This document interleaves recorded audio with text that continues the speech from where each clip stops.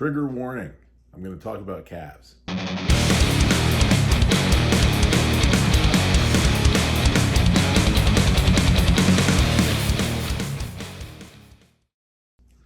All right, so check out my latest article for Animal Pack. It's all about the musculature of the lower legs, i.e. the calves, the most misunderstood muscle group in the body.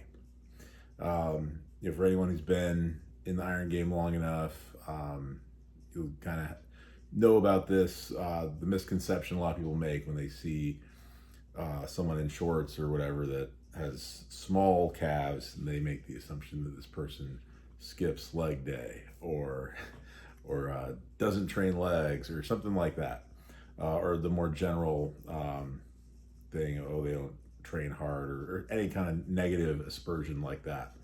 People that say that, it's unfortunate because some very basic observations will kind of show the error in their ways. There's lots of people who have very large calves who never trained a day in their lives, and don't do a whole lot of calf specific other things, either hiking or bike riding. And there's many high level physique competitors. I mean, the people with the best muscular development on the planet with small calves still. So that's kind of, the proof is right there. I mean, when there's Mr. Olympias and folks placing at the Mr. Olympia, where literally every other muscle group on them is developed to the extreme, their profession, their livelihood depends on it, and their calves are small. If you think that's because they're not trying hard, or they're not working hard, or they don't know how to train their calves, or some other nonsense like that, well, I've got some beachfront property in Kansas I'd like to sell you. DM me for that. So so the underlying truth when it comes to calves is that they're far more genetically determined than any other muscle group. And another really unfortunate misconception that people make when they hear that is they just think, well, that just means we have to give up. That means that there's no hope for anything. And that's not true either. Just because we are acknowledging the truth that genetics are a major component in calves, they're a major component in every muscle group, but far more significant when it comes to the lower legs.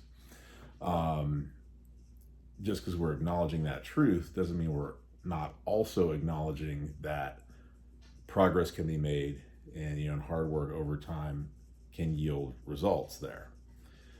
So, but it's just important to be realistic.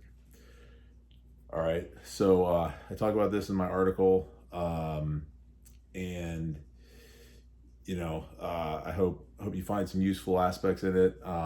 Calves are different in that they tend to have a lot more slow twitch fibers, the ratio of slow twitch to fast twitch, rather than other muscle groups. And this makes sense evolutionarily speaking, as we evolved largely walking around on our feet, and so our calves had to be able to just sustain that for a very long period of time, more so than really any other muscle group.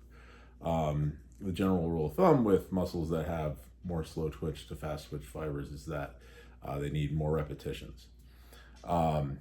Also, one of the principal concepts when it comes to hypertrophy, i.e. growing muscle, is time under tension, TUT. A lot of people talk about the 40 to 60 second window for time under tension as being optimal. There's various studies on it, but I think it's why the 6 to 8 or 8 to 12 repetition range is generally the kind of the bread and butter of muscle building for most muscle groups. When you break it down with average tempo of the repetitions and the average range of motion, that number of repetitions yields a good time under tension. With calves, since all you're doing is moving your foot like this, it's a much shorter range of motion. So you differentiate that from, say, a squat where you're lowering your entire body down. It's a much longer range of motion. In other words, one repetition in a squat is going to take a lot more time than one repetition in any calf movement, whether it's seated, standing, donkey, any of that. So with that, if we're going to get the same amount of time under tension, you have to do more repetitions with the calf exercises, or you have to slow down the tempo of the repetitions. And I'm a fan of both. When I train calves, I'm rarely doing less than 12 reps per set, and oftentimes doing 20 to 25 reps per set. But also slowing down is very important, especially at the bottom. If you look at the lower leg, you'll see the Achilles tendon, massive tendon, very powerful stretch reflex there. And that's why you can see a lot of people train their calves wrong, where they're just bouncing up and down on like the seated calf. They're utilizing that stretch reflex to get far more reps or to do far more weight than they could do otherwise. And they're shortchanging themselves as far as like training the muscle. So for that, I mean, a general rule of thumb is it takes roughly 2 seconds for the stretch reflex to subside. So, when you hit the bottom of any calf movement, wait 2 seconds, and then raise the weight.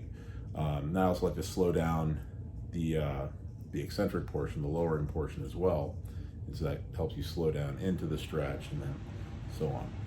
So those are just a few tips. Check out the article. I'll talk more in depth about that. I hope you enjoy it. So for all the guys out there like myself with proportionally smaller calves, I hope this gives you a little bit of solace, a little bit of comfort. And for the haters, the people who look at small calves and think that indicates anything other than the mom and dad that the person has, i.e. the genetic lineage, hopefully that puts all those folks in check. The key is just to think a little bit, just to use our noggins, look around, think of the people we've seen in the gym, outside the gym, and that'll help inform us the truth of these matters. All right, take care. Bye.